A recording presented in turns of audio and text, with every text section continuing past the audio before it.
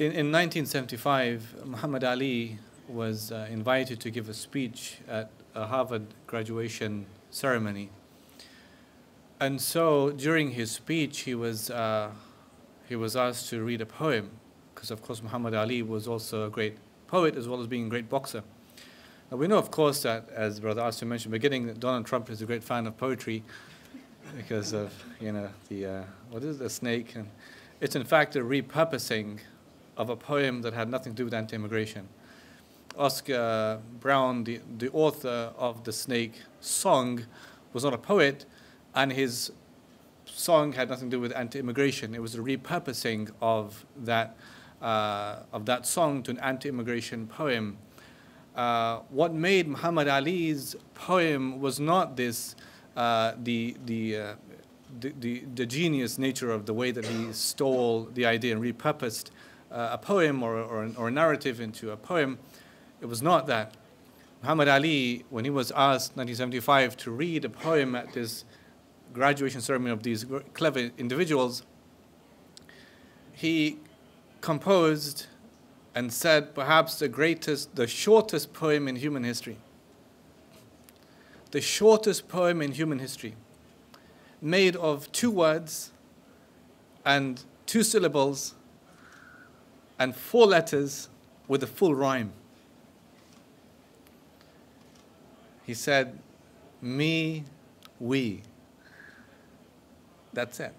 And that's his poem.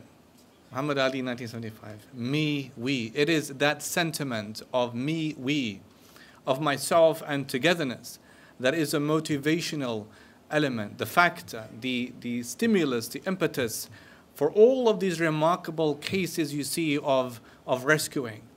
In any case of turmoil, whenever you have turmoil like a genocide or a mass murder, disturbance, social disturbance, you usually have 4 groups of people emerge in society. You have the perpetrators of that, you have the victims of that, you have the bystanders of that, and you have the rescuers of that. The rescuers are always the minority people, because it requires courage for you to break away from the mold and do something different than other people are doing, and to say something, and to be somebody different, to challenge the status quo, to be a rescuer is something remarkably unique. Muhammad Ali was saying, me, we, meaning myself and you, myself and togetherness. We don't live on this planet alone. And Allah in the Quran, He says, subhanahu wa ta'ala, وَكَذَلِكَ جَعَلْنَاكُمْ أُمَّةً وَسَطًا لِتَكُونُوا شُهَدَاءَ عَلَى النَّاسِ. We made you a middle nation, so you would be witnesses over the people. We do not live alone, isolated. We live together in communities. And it is in that community spirit. If you look, for example, what happened in Bosnia yesterday, we reflected back on those horrendous days of rape, mass and mass murder and genocide and killing and indifference and the most severe of cruelty.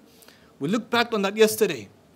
There was in Bosnia the element of the Kumki Satu, if I remember, and that was in fact a Turkish word for neighborhood in Bosnia, Turkish word for neighborhood. And in Bosnia, in fact, you had far fewer cases of people who would break from the mold and decide to rescue it, but you still had them nevertheless. You had small cases of individuals who tried to do something to rescue people who were suffering, or victims of injustice and killing and mass murder and rape and everything else. In the Holocaust, in Albania, you had examples of the Bisa. The Bisa was an ethnic and ethical code. Ethnic and ethical code of fulfilling the rights of others. The Bisa.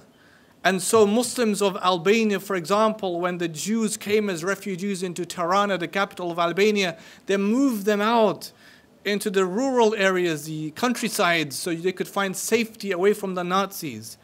They did something to rescue people, to save the lives of others. In Rwanda, amazing, 1994, the genocide in Rwanda, up to 1 million people killed in 90 days. Hutus on the run, on a hunt for Tutsis. But the Muslims were like 4%, 3% of that country. But they realized, hold on, we don't live alone. We have a human, Muslim, Islamic, social responsibility to be there for others, to look out for others. And so amazing, in the first case you had the the Kim Kisatu, you had the case of the Bisa in Albania, and in this case you had Tadhiyya. Mufti Salih Habisama in Rwanda gave this call to all the Muslims in all the mosques, in the radio stations.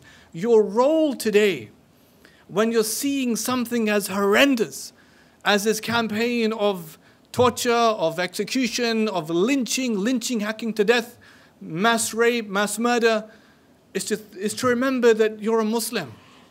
And when you're a Muslim, you have a choice. Either you would be on the side of dhulm and injustice, and that is وَضْعُ الشَّيْء فِي غَيْرِ مَوْضِعِهِ, that is to place something that doesn't belong there. Or you have a choice to be on the other side, on the side of those who are thinking about akhirah, number one, Allah, divine accountability. Allah will ask all of us, what did we do in that situation? But then to also remember that we have human beings living amongst us. Human beings, victims. Whether they're Jewish people in the ghettos, or whether they're Tutsis on the run from the Hutus, right? They're human beings and we have responsibility towards them. And Allah made us an ummah of witnessing unto others. Now, to be a witness, of course, does not mean that you're passive. It's an active and activated response to be a witness unto others. That means you would try and put yourself, number one, empathetically in that person's situation. What does it mean to be that person? Perspective taking. But more important than that, of course, because we don't always get it right in that respect, is to try and alleviate that person's suffering, to alleviate that person's troubles and problems. In the life of our Prophet ﷺ, he was 20 years old, 20 years old, in Mecca. When a man came, this man was from a tribe that was not important. It was an unimportant, it was a lesser, lower tribe. And so he came along and he had this, he had this transaction with somebody, and the person said, come back after the Hajj season and then I will give you the money. And so the man said, okay, that's fair enough, sounds good. And so he comes back after Hajj season and he goes to the man and he says to him, come back later. And so he waited still for them for later. And then he says the same thing. And it went on until the man was isolated by himself, thinking, well, I need my money, but I'm not getting my money back. And so there was a decision that was made. This is why when I look at all of you amazing, great people, Allah Akbar, because this is a conscious decision you made. This is tawfiq from Allah, your juhud, your effort, conscious decision you made. This small group of people gathered in one home, and our Prophet was amongst them, and he was 20 years old. Imagine 20 years old, 20 years before the beginning of his nubuwwah. And he said later on, he described it himself, he said, لَقَدْ شَهِدْتُ في دار Abdullah ibn Juda'an hilfan. I was لَقَدْ شَهِدْتُ, meaning I saw, or even I witnessed, I was participant too. I was participant too. I was involved in the home of this man, Abdullah ibn Juda'an, hilfan, like a pact, a treaty, an alliance. And he said that ما أحب أن لي به حمر النعم. And if I was given a choice between being in that home and entering amongst this alliance amongst the people, or having a herd of red camels, I would choose to be in that room. I would choose to be in that room. وَلَأُدْعَ بِهِ فِي الْإِسْلَامِ لَأَجَبْتُ. Or كما قال, and he said, if I was called to that same pact, that same bond making, that same sense of togetherness, me, we, today in Islam, I would respond to that. And so if you think, subhanallah, here's our Prophet telling us, and even then he says, تحالفوا وترد الفضول إلى أهلها وألا يعز ظالم مظلوما. He says, go and fulfill the pacts. Make these alliances with people. Make these good alliances where your cause is the same, where you both have a concern for the wrongdoing unto others. Make those good alliances. Think strategically, think practically. Because you see, if you don't do that, then the ones who are wrongdoers, oppressors, will always have an ascendancy, always have a strength over those who are wronged. And remember, we're not the only victims in this. Allah made us a great ummah. And the great ummah has a great role, has a great task. Allah made us an ummah of rahmah, an ummah of mercy. All of this is being described, of the dhulm, of the torture, of the oppression, of the waterboarding, all of this is a complete opposite of everything we stand for as Muslims. Everything our Prophet brought for us. Allah describes, وَمَا أَرْسَلْنَاكَ إِلَّا رَحْمًا لِلْعَالَمِينَ. We send you as a rahmah for all the alameen. If He's a rahmah for all the alameen, this completely does away with everything to do with rahmah. And it is our job, therefore, as Muslims to bring back, to try and restore. When the people would gather in Munich or places, small groups of people like Sophia Scholl and the White Rose Movement and small others, Albania, Rwanda, it was because they had in their minds, whatever is happening is crazy. Whatever is happening is horrendous, terrible, sinister, evil. But we have a role as Muslims, not to be the perpetrators, nor to be the victims and be in the state of victimhood, but to be the rescuers and not to be the bystanders. May Allah grant all of us strength. May we continue coming to these places. I feel so happy. I feel as if I have the feeling.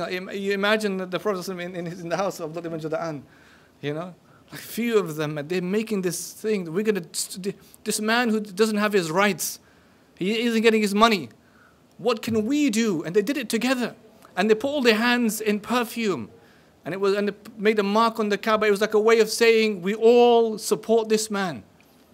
If we have the same attitude, it would mean something.